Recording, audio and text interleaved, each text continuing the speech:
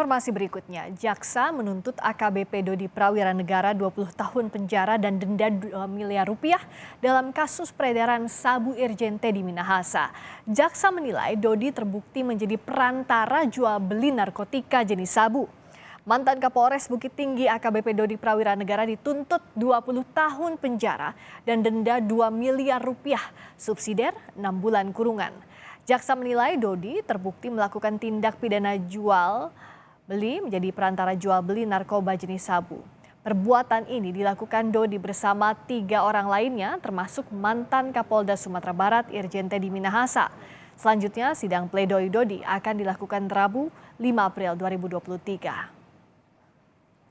Yang bersangkutan menuntut supaya Majelis Hakim Pengadilan Negeri Jakarta Barat yang memeriksa dan mengadili perkara ini memutuskan: 1.